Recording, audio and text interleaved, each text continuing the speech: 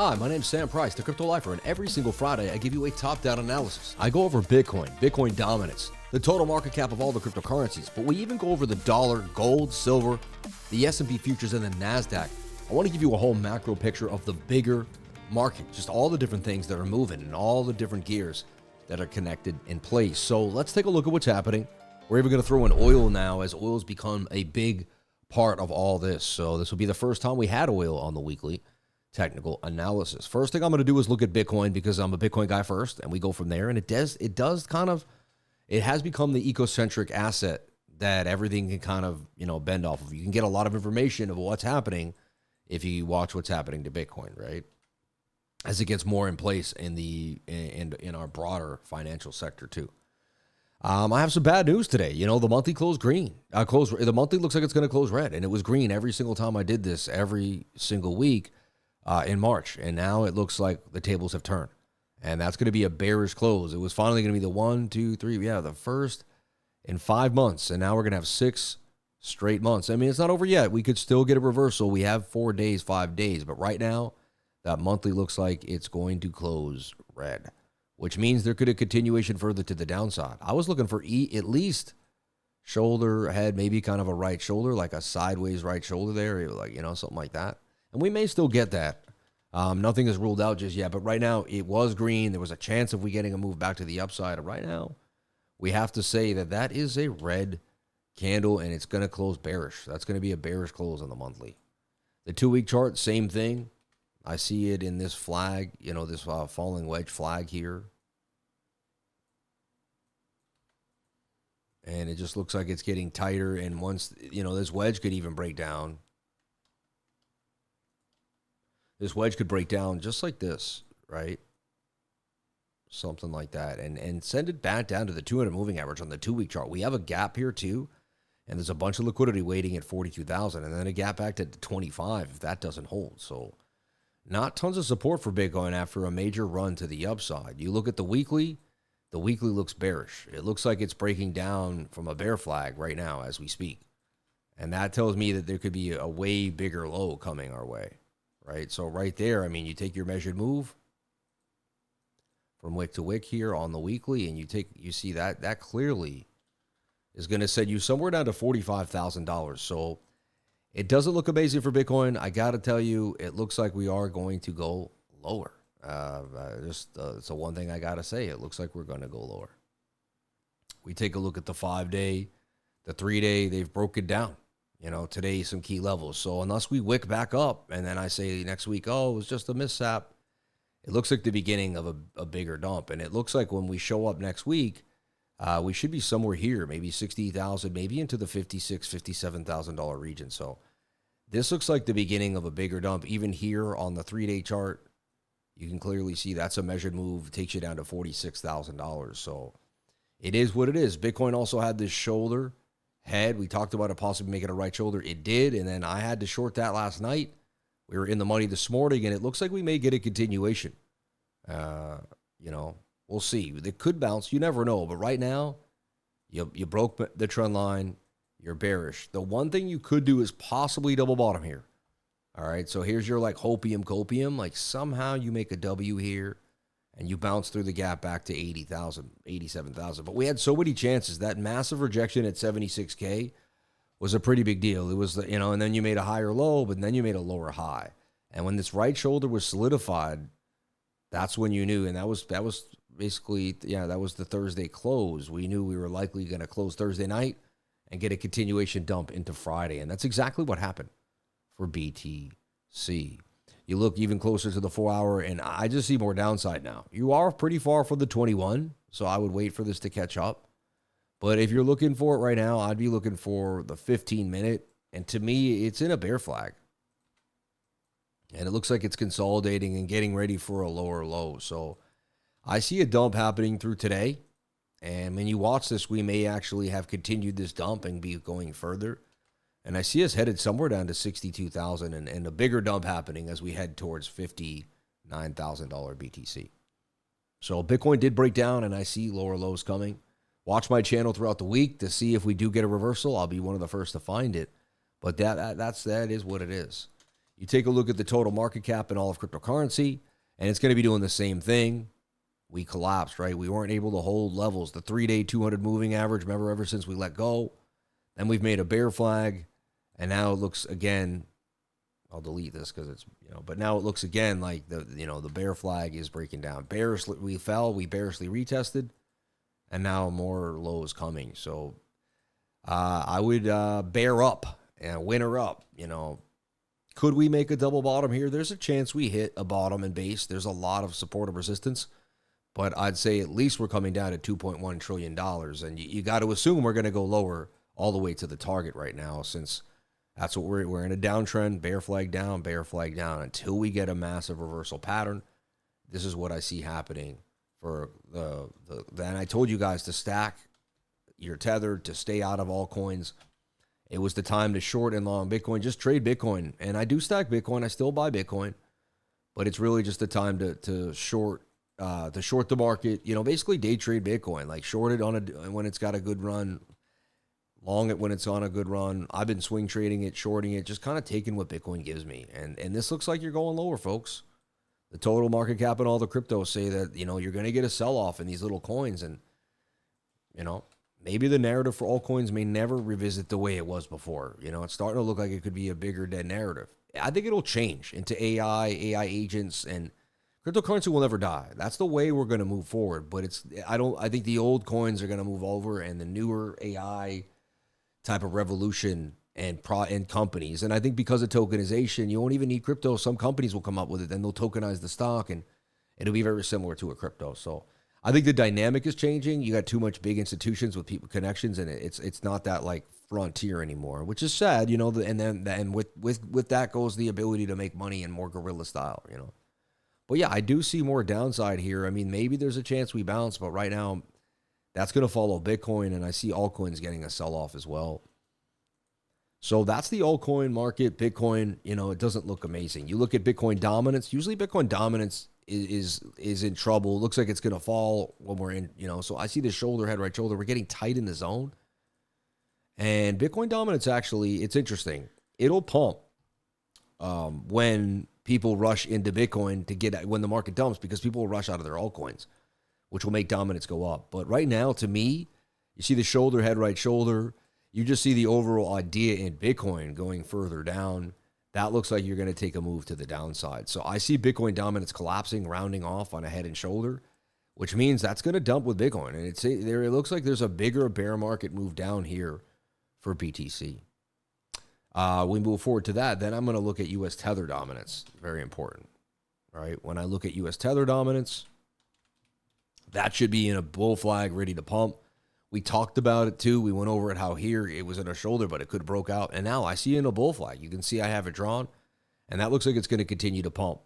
And so we even said, watch out for Tether dominance, shoulder, head, right shoulder. There's a cup with a handle. I see another nice little flag here. Tether dominance going to continue. It looks like a bigger dump is coming for Bitcoin. I like to go in segue into the DXY to take us to TradFi there, and you can see the same thing with the dollar. Dollar's getting stronger. Right? Inflation is rising. The dollar's going up. Things are losing value against the dollar due to inflation. Oil going up too. So the dollar starts to rise. If things go up in value to make and to have, the dollar makes things go up in value. It pushes the dollar up. So this is also not great for Bitcoin and cryptocurrencies. This looks like it's going on the same trajectory as Tether dominance to the upside. They're not always this correlated, but right now they're basically lockstep. All right. Now I got to look at gold, because gold went on a nice little pump today. And we're going to see, is this sustainable or just a short squeeze? It looked like a short squeeze. Let's take a look at the bigger picture and break down gold. I'm watching gold. After the pump, it had to come back to the 21. It did that on the weekly, which is pretty awesome. And it's been using this 21 as support the whole way. I did draw this, and I told you, I see injection by the Fed. They're going to continue to print money too. That's how the system works. And gold isn't going anywhere and staying solid. I see gold going up, right? And what it's going to do, goes up. It will make kind of a right shoulder. You'll have enough people will short it. It'll consolidate, and then it will have enough short squeeze and buying opportunity. And I see gold headed up to $8,700 an ounce. I don't see this stopping. I see uncertainty in the world. We already saw gold take place of Bitcoin. If Bitcoin goes lower and then gold holds position, it's going to kind of come as the forefront, and it's going to be the risk on asset. So it's telling me that when we watch this, it could be a really good buy for gold right now. And if you draw a Fibonacci on the weekly, which is bottom to top, you can see we're at that 786 fib bounce. I'm personally not accumulating gold, but I might trade it in a few months if it starts to show it has consolidation at 5,100 and ride it back up to 87. Let's take a look at silver. Silver should be doing basically the same thing, just on a grander scale, and it is, as you can see. And I expect silver to kind of come down into the 786. This is what I expect silver to do, kind of just keep hanging, but eventually bottom out and then start to round on out. I see silver accumulation somewhere between about $60 and $70. Mainly between 60 and 64 bucks, though, is where I really believe silver is a screaming buy. So I like silver there as well. But, take your time.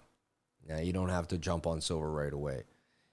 If it's going to do something even more bullish, it'll make, to me, what I see as an inverted head and shoulder on the weekly, something like this, right? Shoulder, head, right shoulder, it'll get tight.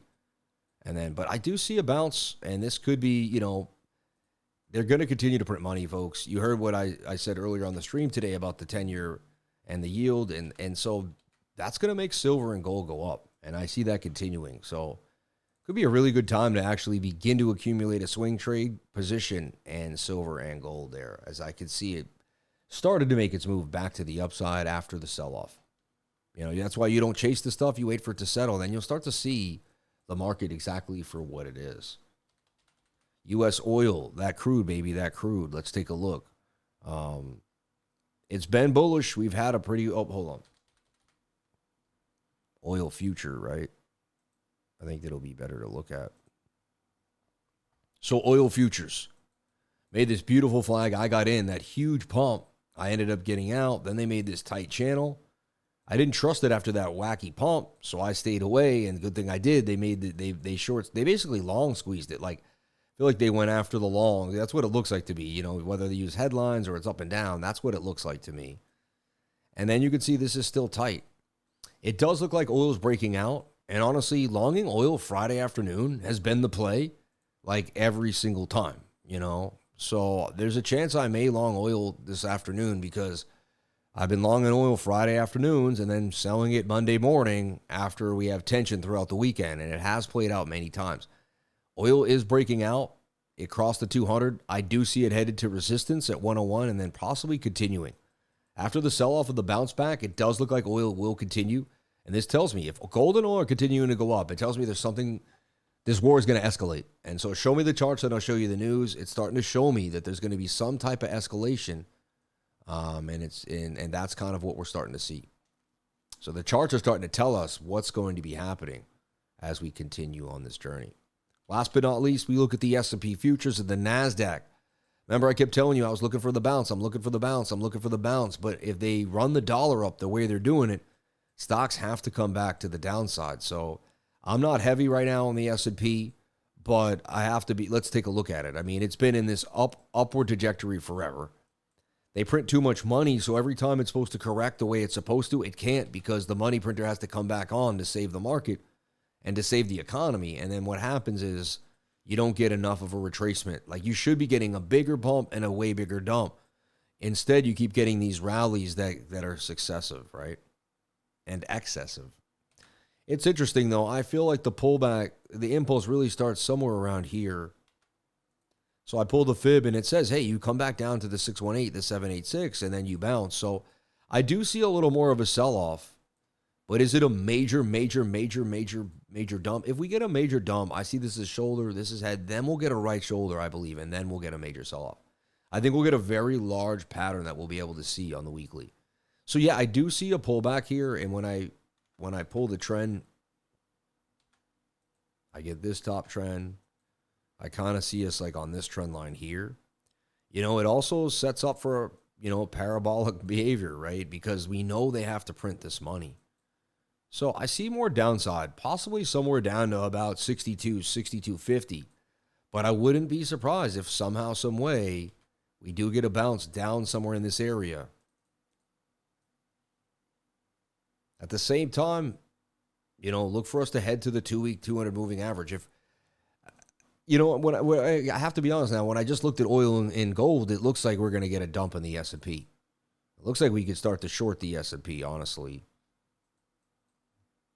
A lot of fear in the market, a lot of people bugging out. That yield is getting people crazy on the 10 years. So, and look, there's a bit of an Adam and Eve double bottom there. And I was calling for reversals, but we kept losing these key levels. We couldn't form structure. So, and I did not trade this either. I left it alone. I basically shorted Bitcoin today, and which is dumping with the S&P.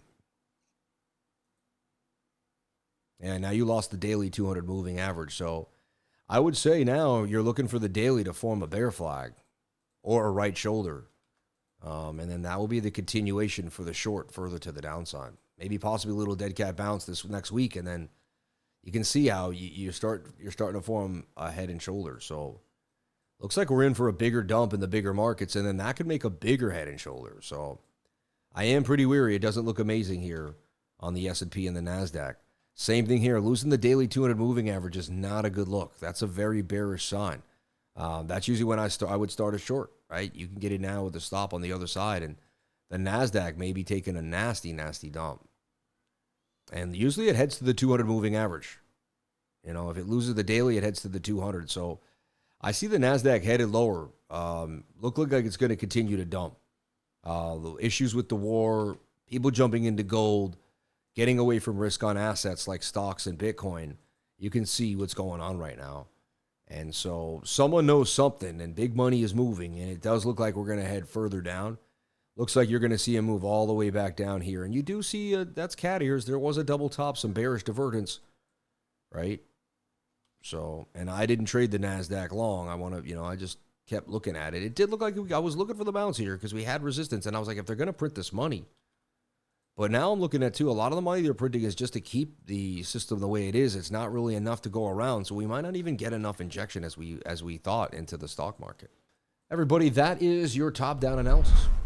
Thank you so much for watching. We broke it down. I learned a lot every time I do this. I hope you did, too. If you like this style of TA and you want to learn more, go to my live stream every single Friday, Monday, Tuesday, Wednesday, Thursday. It's every day, baby. Monday through Friday, Saturday and Sunday nights at 8 p.m., Monday through Friday at 10 a.m. to 12 p.m. Eastern Daylight Savings Time. That's New York City time. I love you all. I appreciate you here in sunny Florida. I will see you again on the next macro technical analysis video. Thank you so much. I love you all, and I can't wait to see you on the next video. Please comment, like, and subscribe. Hit the bell so you can find out when I post my next video. And remember, if you came to the channel, then you're already doing the right thing. Crypto is life.